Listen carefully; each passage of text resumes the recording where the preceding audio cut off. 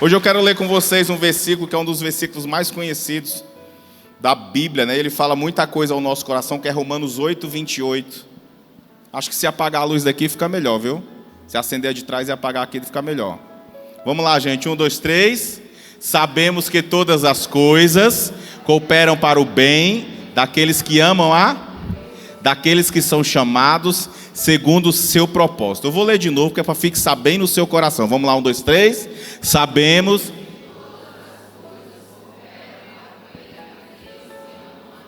daqueles que são chamados segundo o seu propósito. Pode sentar no seu coração, ou no seu lugar, desculpa. A gente lê esse versículo e ele está muito famoso, ele está em rede social, ele está em para-choque de caminhão, está em status do WhatsApp, está em Instagram e Facebook, seja lá qual for a rede social que a pessoa tenha. A gente sempre coloca esse versículo, ele é muito forte, né? Ele dá um afago no coração da gente sempre que a gente lê esse versículo de Romanos 8, 28. E todas as vezes que a gente lê esse versículo, sabemos que todas as coisas cooperam para o bem daqueles que amam a Deus. A gente tem uma sensação enganosa de que tudo que vai acontecer com aqueles que são filhos de Deus é sempre um mar de rosas. Mas não é bem assim. Quando a Bíblia fala através do apóstolo Paulo que tudo que acontece com os servos de Deus, eles contribuem para o bem daqueles servos de Deus, a Bíblia fala literalmente tudo. Inclusive aquelas coisas que são desagradáveis. Ô meu irmão, quem não passa por luta? Até Jesus Cristo passou por luta. O apóstolo Paulo, quando escreveu esse texto, ele escreveu o texto para a igreja de Roma. Por isso que o nome da carta é Carta aos Romanos. A igreja de Roma era uma igreja altamente perseguida. Essa igreja, para você ter noção, ela foi uma das primeiras igrejas a passar por perseguição do imperador de Roma.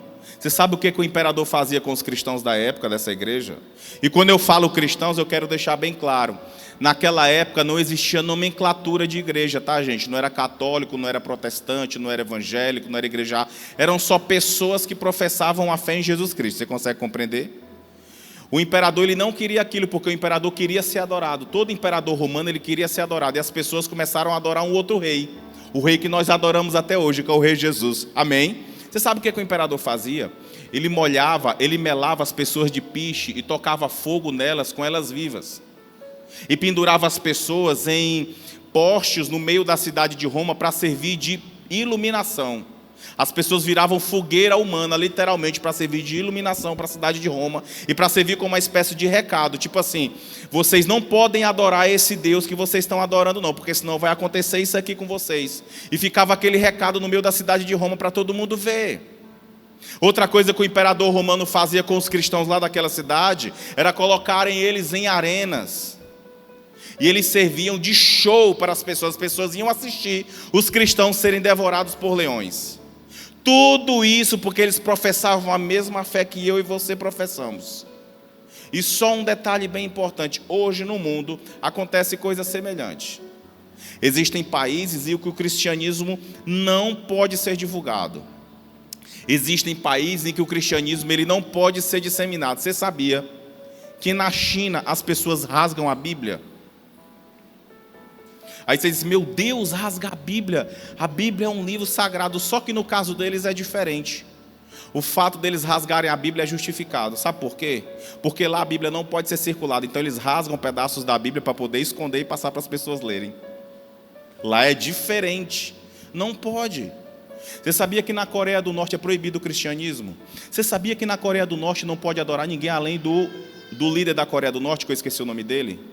Você sabia que na Coreia do Norte tem uma lei que se a casa do coreano estiver pegando fogo, em todas as casas dos coreanos tem uma foto do líder da Coreia do Norte na sala. E se a casa de um coreano estiver pegando fogo, ele tem por obrigação, por lei, tirar a foto para poder salvar a foto do líder coreano, você sabia? Do líder norte-coreano. E se ele não tirar, ele vai preso. Ninguém divulga isso, mas tem. O cristianismo, quando vai para algumas nações que vocês estão vendo essas bandeiras, aquela bandeira ali, eu acho que é de Guiné-Bissau. Ele é muito perseguido. Aquela bandeira que está lá no fundo da igreja é a bandeira da Índia. A Índia é uma nação que persegue o cristianismo de uma forma muito feroz. Muito, muito voraz. E naquela época em Roma também era proibido. As pessoas se reuniam escondidos para poder adorar Jesus. As pessoas daquela época, elas não tinham a liberdade que nós temos hoje de vir para um templo bonito, com ar-condicionado, com louvor bacana, com a palavra abençoada, e louvar o Senhor, depois sair daqui, comer um cachorro quente e ninguém perseguir. Naquela época não tinha isso. E o Paulo, ele abriu aquela igreja em Roma e ele passou por muitas dificuldades. Anos depois, ele escreveu essa carta com uma espécie de alento para as pessoas, dizendo assim: tudo o que vocês estão passando contribui para o bem de vocês. E isso era uma coisa muito difícil de entrar na cabeça daquela igreja de Roma. Afinal de contas, nós seres humanos, nós somos pessoas que gostamos de algo palpável, de algo tangível. Em outras palavras, se não está bem para a gente agora, dificilmente a gente vai conseguir enxergar um cenário favorável depois. Ou não é assim? Todo ser humano, e eu me incluo nisso, nós temos esse defeito. A gente quer que Deus venha agir em nosso favor agora, só que o tempo de Deus é diferente. O tempo de Deus para a tua vida é diferente do seu. A gente está vivendo uma situação de deserto, uma situação conflituosa. A gente quer que o Senhor venha agir em nosso favor agora, mas com Deus não funciona assim. Vou te contar três exemplos bíblicos.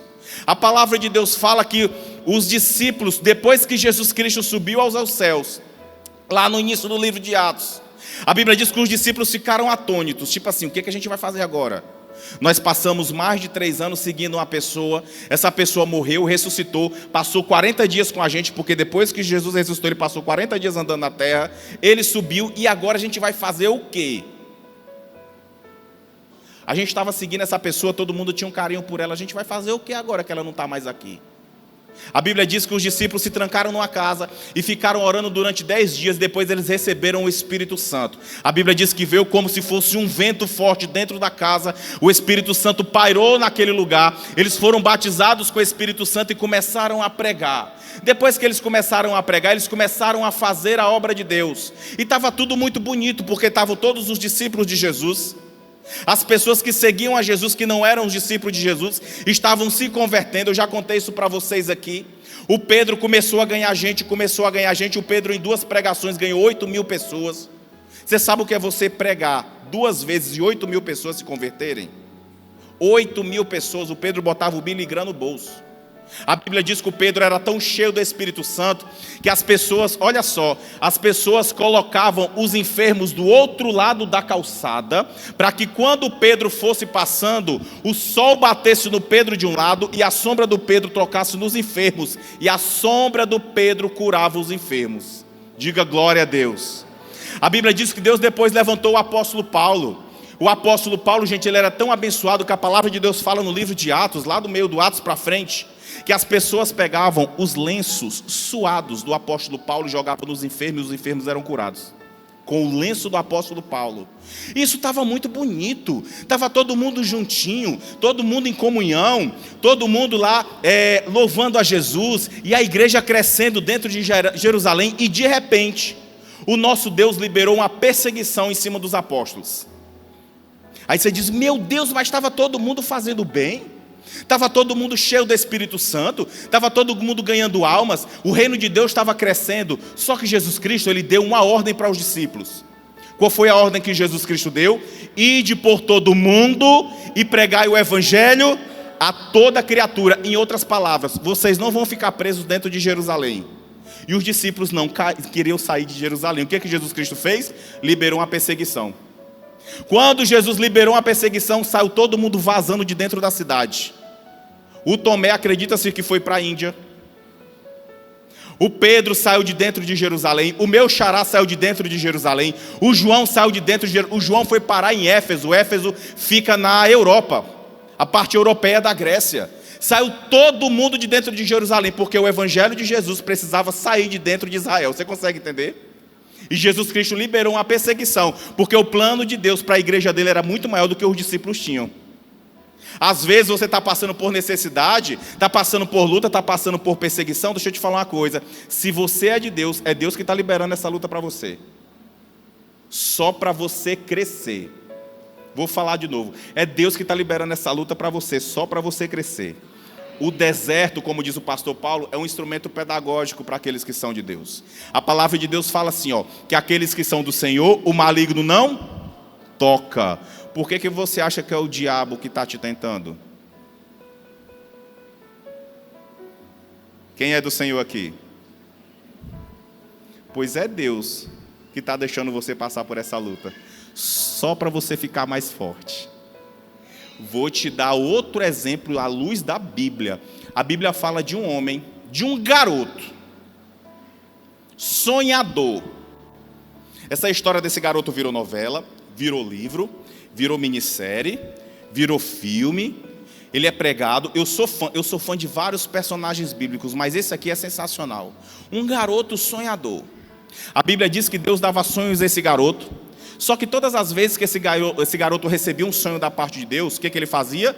Ele contava para todo mundo. Você sabe quem era o garoto? José do Egito. A Bíblia diz que Deus deu um sonho para José. Qual foi o sonho? Que existiam 12 molhos de... Eu não lembro qual era, não sei se era trigo, agora eu não lembro qual era o jeito da semente. Enfim, 12 molhos de uma determinada semente. Vamos assumir que era trigo. E desses 12 molhos se curvavam ao José num sonho.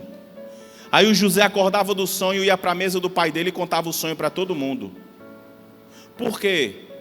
Porque o José não tinha maturidade. Aí a Bíblia diz que aquilo foi gerando um ciúme no meio dos irmãos de José. A Bíblia diz que o José teve outro sonho, que ele estava no meio e tinha o sol, a lua e as estrelas, e todos esses o sol, a lua e as estrelas se curvavam ao José. O José ia lá e contava, e as pessoas diziam assim: você está querendo dizer que a gente vai te obedecer? Você é o mais novo. O José era o caçula. Isso foi gerando uma ciumeira nos irmãos do José. A Bíblia diz que o José, ele era tão sem maturidade, que a palavra de Deus faz questão de destacar que tudo, olha só, tudo o que os irmãos de José faziam, o José olhava e contava para o pai dele. José era o maior 171, gente. José era o maior 171 que tinha. Os irmãos do José não podiam pular a cerca, com o José ia lá e contava para o pai. Os irmãos do José não podiam derrubar uma manga no pé do vizinho, com o José ia lá e contava para o pai dele: pai, os meus irmãos estão fazendo isso. Pai, os meus irmãos estão botando o dedo no nariz. Pai, os meus irmãos estão botando o dedo no... Oh, coisa chata, gente. É muito difícil você conviver com gente assim. A Bíblia diz que um dia os irmãos do José saíram. E o pai dele, que era o Jacó, chamou esse José: faz o seguinte, vai ver o que os teus irmãos estão fazendo. A Bíblia diz que o José foi, e quando o José estava se aproximando, os irmãos do José falaram assim, eu acho engraçado. Os irmãos do José, eles acusaram José com aquilo que Deus estava destacando nele. A Bíblia diz que os irmãos do José falaram assim: lá e vem um sonhador. O que o José era? Um sonhador. Aquilo incomodou os invejosos. Quando Deus vai te destacando num ambiente, isso vai causar incômodo em pessoas que não gostam de você. E vai causar incômodo naquilo que Deus está destacando você. O José, ele era um baita de um sonhador. Os irmãos não gostavam disso. A Bíblia diz que eles planejaram matar o José. Só que o irmão mais velho, chamado Rubem, disse assim: não vamos matar não. Vamos fazer o seguinte, vamos jogar o José dentro de um buraco e a gente vai vender ele para uma caravana de mercadores. A Bíblia diz que eles jogaram o José dentro de um buraco, mataram um animal, rasgaram a roupa de José, ensanguentaram a roupa de José com o sangue do animal e levaram para o pai deles, o Jacó, para dizer assim: olha, o José foi devorado por um animal e sobrou só a roupa ensanguentada. A Bíblia diz que eles venderam o José para uma caravana de ismaelitas. Os ismaelitas levaram José para o Egito. Eu estou resumindo a passagem do José porque você já conhece. Os ismaelitas levaram José para o Egito, e lá o José foi vendido para a casa de um homem que era o chefe da guarda do faraó, chamado... como era o nome dele? Potifar. Lá a palavra de Deus faz questão de destacar, em Gênesis capítulo 39, que Deus era com José. Põe Gênesis 39, por favor. Eu nem botei esse versículo para ti. Gênesis 39. Só um minutinho, irmãos. Gênesis 39, 2. Versículo 2, olha só. O Senhor era com José, que veio a ser um homem próspero, e estava na casa do seu senhor egípcio. Pode passar o próximo versículo. Bota o versículo 5, por gentileza. Leia comigo. E desde que eu fizera mordomo de sua casa e sobre tudo o que tinha, o Senhor abençoou a casa do egípcio por amor de José. Em momento nenhum Deus largou o José, e por causa do José o ambiente em que ele estava era abençoado. Por causa do amor de Deus por você, o ambiente que você colocar a planta dos pés vai ser abençoado. Mesmo o ambiente não merecendo, porque Deus te ama. Vou falar de novo, por causa do amor que Deus tem a você. Em todos os lugares que você colocar a planta dos pés, esse ambiente vai ser abençoado. Palavra de Deus. A Bíblia diz que lá o José prosperou na casa do Potifar. E você imagina assim, eu fico imaginando assim, que na cabeça do José, aquilo ali era a maior honra. Deus já tinha virado o cativeiro dele, afinal de contas, ele não era mais... Ele não morreu, porque os irmãos planejaram matá-lo. E lá, a Bíblia diz que ele começou a crescer na casa do Potifar e começou a prosperar naquele lugar, e o lugar começou a prosperar por causa dele, como nós lemos agora. Só que a Bíblia diz que lá ele sofreu uma das maiores injustiças da vida dele. O José, ele foi acusado de assédio sexual dentro do ambiente de trabalho. A mulher do Potifar se engraçou com ele. A Bíblia diz claramente que a mulher do Potifar chamou ele para ir para a cama. Vamos para a cama. O José disse, não posso ir para a cama com você, eu tenho o meu Senhor. Eu tenho o meu patrão me honra, eu não posso ser injusto com ele. E aqui vai um parêntese muito importante, só para lembrar você, de quem o José era filho? Do Jacó, gente. José era filho do Jacó, amém? Você lembra da história do Jacó? O Jacó não é conhecido como trapaceiro. Você consegue compreender uma pessoa que foi filha de um trapaceiro virar um cara honesto? Isso é só para provar a você que nós não somos meio do fruto em que nós vivemos. Mas nós podemos escolher a nossa própria experiência. Nós podemos crescer diferente. Consegue entender? Você consegue entender que um cara altamente honesto, que se destacou na Bíblia com honestidade desse tamanho, era filho de um trapaceiro? Não casa, né? Não é comum. Mas voltando aqui, fechando parêntese. A Bíblia diz que o José foi acusado de assédio sexual no ambiente de trabalho. Depois de José foi preso por causa disso. Você sabe quantos anos o José passou na prisão? 12. O cara passou 12 anos em Pedrinhas por uma coisa que ele não fez. Isso é que é o pior. Só que lá, a Bíblia diz que ele conheceu duas pessoas, um copeiro do rei e um mordomo do rei. E uma dessas pessoas voltou para dentro do palácio, e um determinado dia o rei teve um sonho. Qual foi o sonho que o rei do Egito teve? 7 vacas gordas e 7 vacas magras. E o rapaz lembrou que o José tinha sonhos com Deus e sabia interpretar sonhos. Você lembra que eu falei que o José era um cara sonhador? A Bíblia fala que o José foi levado à presença do rei, e lá ele desvendou o sonho. Ele disse assim, rei, é o seguinte, as 7 vacas gordas quer dizer que o Egito vai passar por 7 anos de prosperidade. E as 7 vacas magras quer dizer que o Egito vai passar por 7 anos de seca. Então o meu conselho é, nos 7 anos de prosperidade, vai guardando um pouquinho por ano, vai guardando, para que nos 7 anos de vacas magras, o Egito não tenha só para si, mas tenha inclusive para comercializar para nações vizinhas. Em outras palavras, se o Senhor administrar bem, você vai prosperar no meio da seca. Meu irmão, vou liberar essa palavra para você hoje. Se o Senhor Jesus estiver contigo no meio da sequidão, você vai ser próspero e bênção para as outras pessoas. Ó Paulo, vou liberar de novo. Se o Senhor Jesus estiver com você, mesmo no meio de terras áridas e secas, você vai prosperar, e pessoas que te cercam vão prosperar, porque Deus é contigo. Palavra de Deus. Ah, mas se vai aplaudir a Jesus, aplaude mais bonito para o Senhor. Glória a Deus. A Bíblia diz que depois o José virou governador do Egito. E só para explicar a você, governador naquela época era diferente. Governador hoje, na nossa nação, no sistema democrático que nós temos, governador é governador de estado. Naquela época, o governador era como se fosse um primeiro-ministro de estado. Ele ficava só abaixo do rei, consegue entender? É como se fosse hoje a Inglaterra, tem o rei e tem um primeiro-ministro. Só que o rei tinha mais poder do que o rei da Inglaterra tem hoje. Então José governava tudo. Aí você fica pensando assim, que coisa legal essa história do José. Meu irmão, se o José não tivesse sido acusado erroneamente de assédio sexual, ele ia continuar sendo o grande funcionário da casa do Potifar, nunca ia virar governador do Egito. Pegou aí? Às vezes você está passando por lutas, está passando por dificuldade, passando por injustiça. É plano de Deus para te promover lá na frente. O próprio Senhor Jesus Cristo falou: o que eu faço agora vocês não entendem, vocês vão entender depois. Se o José não tivesse sido acusado, não tivesse sido preso, sem ele fazer nada, ele ia continuar a vida dele inteira sendo o grande funcionário da casa do Potifar. Nunca ele iria ser governador do Egito. Ele precisava ser preso para Deus honrar ele.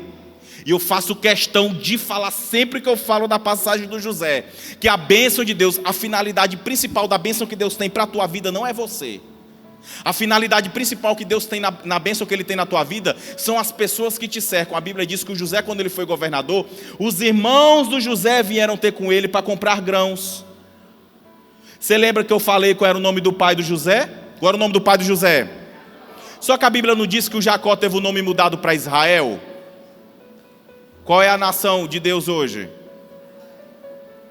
Se o Jacó, que já era Israel, morresse junto com todos os seus irmãos, essa nação ia estar viva hoje? O plano de Deus de virar José governador do Egito era para sustentar toda a nação de Israel. Jesus Cristo veio de que nação?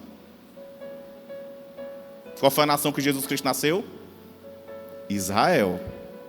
Nós somos filhos espirituais de quem? Pegou a senha? O José precisava salvar a gente hoje. Séculos e séculos depois, nós precisávamos ter acesso à salvação, porque Jesus Cristo precisava nascer lá dentro de Israel. Conseguiu entender aí?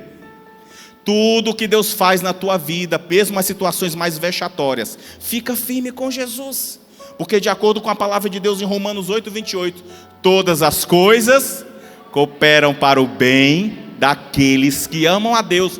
Vou te contar um outro exemplo à luz da Bíblia. A palavra de Deus fala que um dia Deus escolheu outro garoto. Deus ama escolher os garotos, né? Deus escolheu outro garoto. Sabe aqueles que ficam à margem da sociedade? Sabe aqueles que ninguém dá nada por eles? Deus ama essas pessoas. Deus ama todo mundo, mas esse parece que ele tem um carinho especial. Esse garoto que Deus escolheu, eu classifico como, depois de Jesus Cristo, é a pessoa mais falada da Bíblia. Davi. Quem era o Davi? O Davi era o filho mais novo do Jessé. O Davi, ele era o responsável por cuidar da proteína. Naquela época, irmãos, não existia linha branca. Não tinha geladeira, não tinha freezer, não tinha micro-ondas, não tinha fogão. Não tinha nada disso. Então, cuidar da proteína era algo muito sério.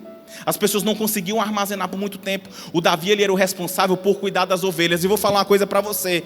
Cuidar de ovelha não era um trabalho digno. Como assim, pastor? A Bíblia diz, só rapidamente, só para linkar, que no dia que os irmãos de José vieram para o Egito, o José lhe deu uma dica. Ele disse assim: olha, deixa eu falar para vocês uma coisa. Não digam para ninguém que vocês são pastores de ovelhas. Porque ser pastor de ovelha naquela época era algo vexatório. A pessoa vivia suja, vivia mal cheirosa. Não era algo digno, era considerado um trabalho indigno. Era o trabalho mais chulezento que tinha naquela sociedade, era ser pastor de ovelha. E o Davi era. A Bíblia diz que um dia Deus escolheu Davi para ser rei de Israel. E depois que Deus escolheu Davi para ser rei de Israel, começou a vir a cruzes da vida dele. O calvário da vida de Davi começou quando Deus escolheu ele. Meu irmão, quando Deus escolher você estiver passando por situação difícil, fica firme com Jesus, que lá na frente vem vitória. Só para você ter ideia, o Davi foi tão perseguido depois que ele virou de rei de Israel, que a Bíblia diz que uma determinada vez ele teve que fugir para a Filístia. A Filístia era a terra do Golias. O Davi estava fugindo de ser morto pelo rei Saul. A Bíblia fala que o Davi entrou na Filístia e começou a se fingir de maluco, para poder fugir do Saul. Você sabe o que o Davi fazia lá dentro? O Davi, a Bíblia fala que ele andava babando e batendo nas paredes, se fingindo de louco para não ser morto. Eu só lembro daquela novela antiga do Jamanta. Jamanta não morreu, Jamanta. Davi andava assim, babando. E o povo da Filístia disse assim: o rei da Filístia, olha, esse homem aqui não foi um homem que matou o Golias, que era o nosso herói. O rei, quando foi ver, rapaz, deixa esse rapaz aí, isso aí não está bem do juízo não. Vale nem a pena a gente matar esse homem. O coitado do Davi passou por uma via crucis, gente. Só que a palavra de Deus fala que Deus tinha um plano para o Davi. E todo o plano que Deus traçou para a vida do Davi foi para colocar ele no reinado de Israel. Vou contar para vocês aqui, ó. 1 Samuel 16. 16 foi que eu passei? Põe para mim. 1 Samuel 16, 17, né? Olha só, leia comigo. Disse Saul aos seus servos: buscai-me, pois, um homem que saiba tocar bem e trazei-me. Por quê? Porque a Bíblia diz que quando Deus escolheu Davi para ser rei de Israel, automaticamente Deus tirou o espírito dele do atual rei, que era o Saul. E a palavra de Deus fala que o nosso Deus liberou um espírito maligno para atormentar o Saul. Aí você diz: meu Deus, Deus fez isso? Fez. Porque Deus tinha um plano, e aqui fala o plano. A Bíblia diz que o espírito maligno atormentava o Saul, e os funcionários do Saul disseram assim: rei, faz o seguinte, chama um cara para tocar um instrumentozinho bacana, e toda vez que o espírito maligno estiver atormentando o Senhor, ele vai tocar o instrumento, e o espírito maligno vai se acalmar, porque o louvor a Deus tem esse poder. Eu sempre dou essa dica para os irmãos: está passando por dificuldade, está passando por situações ruins, coloca um louvor dentro da tua casa. A palavra de Deus fala que o louvor ao Senhor atrai a presença desse Deus que você está louvando. A Bíblia diz que o Davi começava a tocar, o espírito maligno ia se acalmando. Eu fico imaginando a cena. Eu fico imaginando o coração de Davi. Ele foi levado para dentro do palácio com uma função, que era de tocar um instrumento, muito provavelmente harpa, para que o espírito maligno se acalmasse. Eu fico imaginando quando ia virando assim, chegando entre 5:30 da tarde e 6 horas da noite, o coração do Davi já começava a acelerar. Tipo assim: meu irmão, está chegando a hora do demônio manifestar. Está chegando a hora, eu tenho que armar uma musiquinha bacana aqui. Olha, vamos ler aqui, ó. 1 Samuel 16, 17. Disse Saul aos seus servos, isso aqui o Saul aceitou o conselho dos servos: buscai-me, pois, um homem que saiba tocar bem, trazei-mo. Então respondeu um dos moços e disse: conheço o filho de Jessé. Jessé era o pai do Davi, o belemita. Por que era belemita? Porque o Davi era de Belém de Judá, era uma cidade do interior, então ele era o belemita, que sabe tocar, é forte e valente, homem de guerra, sisudo em palavras e de boa aparência. E o quê? E o Senhor é com ele. Eu vou ler de novo, essa última parte você vai falar bem forte. Conheço o filho de Jessé, o belemita, que sabe tocar, é forte e valente, homem de guerra, sisudo em palavras, de boa aparência, e o Senhor é com ele. Isso é o que importa. Pode passar o próximo versículo. Saul enviou mensageiros a Jessé dizendo: envia-me Davi teu filho, o que está com as ovelhas. Olha lá, pode passar. Tomou, pois, Jessé um jumento e carregou de pão, um odre de vinho e um cabrito, e enviou-os a Saul por intermédio de Davi seu filho. Olha o versículo 21, eu acho sensacional. Assim Davi foi a Saul e esteve perante a ele, e este o amou muito e o fez o seu escudeiro. O Davi não tinha sido escolhido para ser rei de Israel? Deus colocou o Davi dentro do palácio e deixou ele do lado do atual rei, para ir aprendendo o que um rei fazia. Você não entendeu? Davi virou o braço direito do atual rei, porque para o Davi assumir o trono de Israel, ele precisava saber o que o rei fazia. Ele ia aprendendo o que o rei fazia e o que o rei não devia fazer. Deus colocou o Davi dentro do palácio, para depois, anos depois, ele assumir o trono. Pegou aí? O Davi virou o braço direito do Saul, gente. Todos os reis da época, eles iam para as batalhas, eles tinham um escudeiro, era o cara que saía carregando a bolsinha, era o cara que saía carregando as armas, e Deus pegou e falou o seguinte: eu vou colocar o Davi lá dentro, porque depois ele vai ser rei. Mas como é que ele vai assumir o trono se ele não entender como é que funciona o funcionamento da nação? Vou fazer o seguinte, eu vou botar ele para ser o braço direito do rei. Qual foi o versículo que a gente leu no início? Todas as coisas cooperam para o bem. Você não está entendendo o que está passando na tua vida agora, mas se você é de Jesus, lá na frente vem promoção para ti. Sabe, foi muito fraco. Aí você dá um glória a Deus para dar dor de cabeça no capeta. Lá na frente vem promoção para aqueles que são do Senhor. Lá na frente. Tudo que acontece na vida dos servos de Deus contribui para o bem do próprio servo de Deus.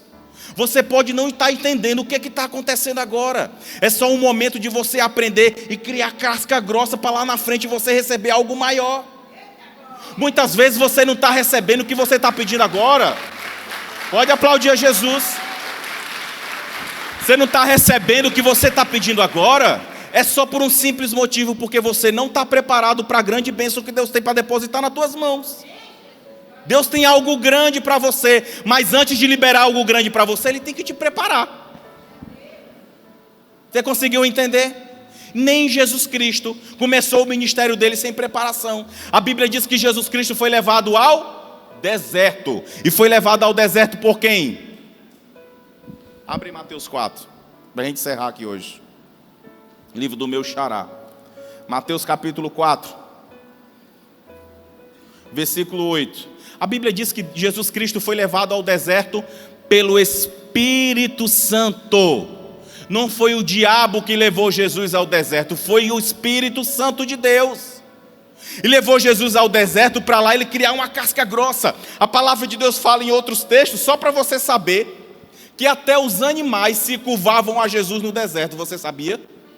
Foi no deserto que Jesus Cristo adquiriu autoridade sobre tudo, inclusive sobre Satanás.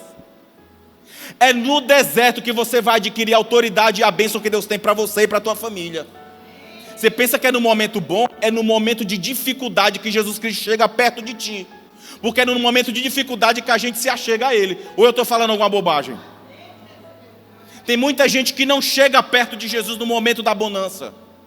E o nosso Deus enxerga lá na frente. Eu sempre costumo dizer, eu sempre costumo usar essa anedota, que a gente enxerga uma rua e Deus enxerga o quarteirão todinho. O Deus que eu sirvo, o Deus que você serve, é o Deus que enxerga lá na curva, lá onde você não enxerga.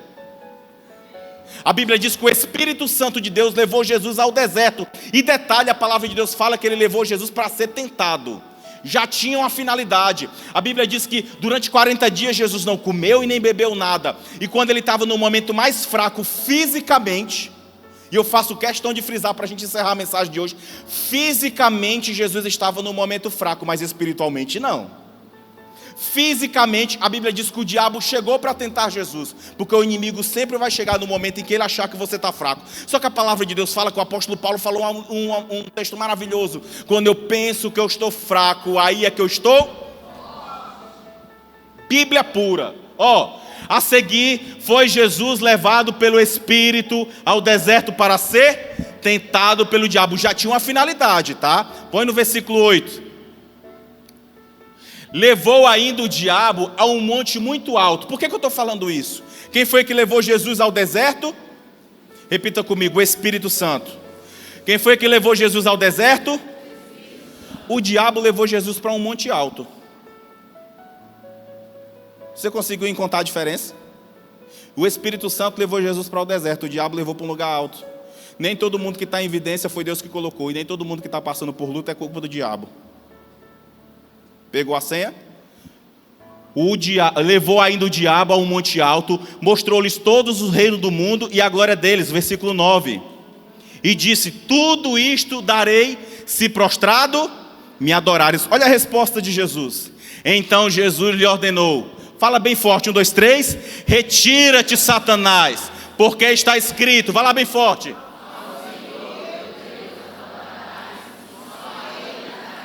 O que você está fazendo aqui hoje? Prestando culto a quem? Mesmo no meio de desertos. Eu não sei o detalhe da tua vida. Eu sei de alguns irmãos que me procuram para conversar. Mas a palavra que eu tenho para você hoje é essa: mesmo passando por dificuldade, Jesus Cristo é contigo, e lá na frente Ele vai dar a tua vitória. Romanos 8, 28. Glória a Deus. Para Jesus. Volta lá no versículo de Romanos 8, 28. 1, 2, 3. Sabemos.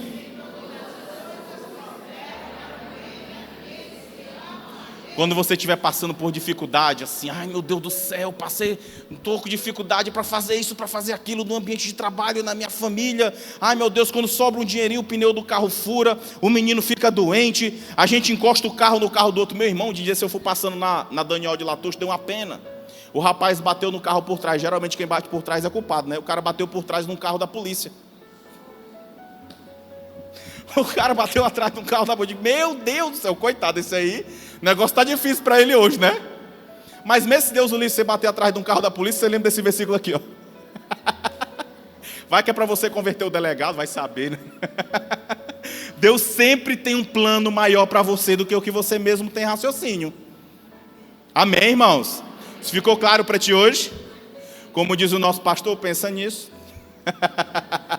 E sai com essa palavra hoje, que todas as coisas cooperam para o teu bem, mesmo as coisas desagradáveis. Amém?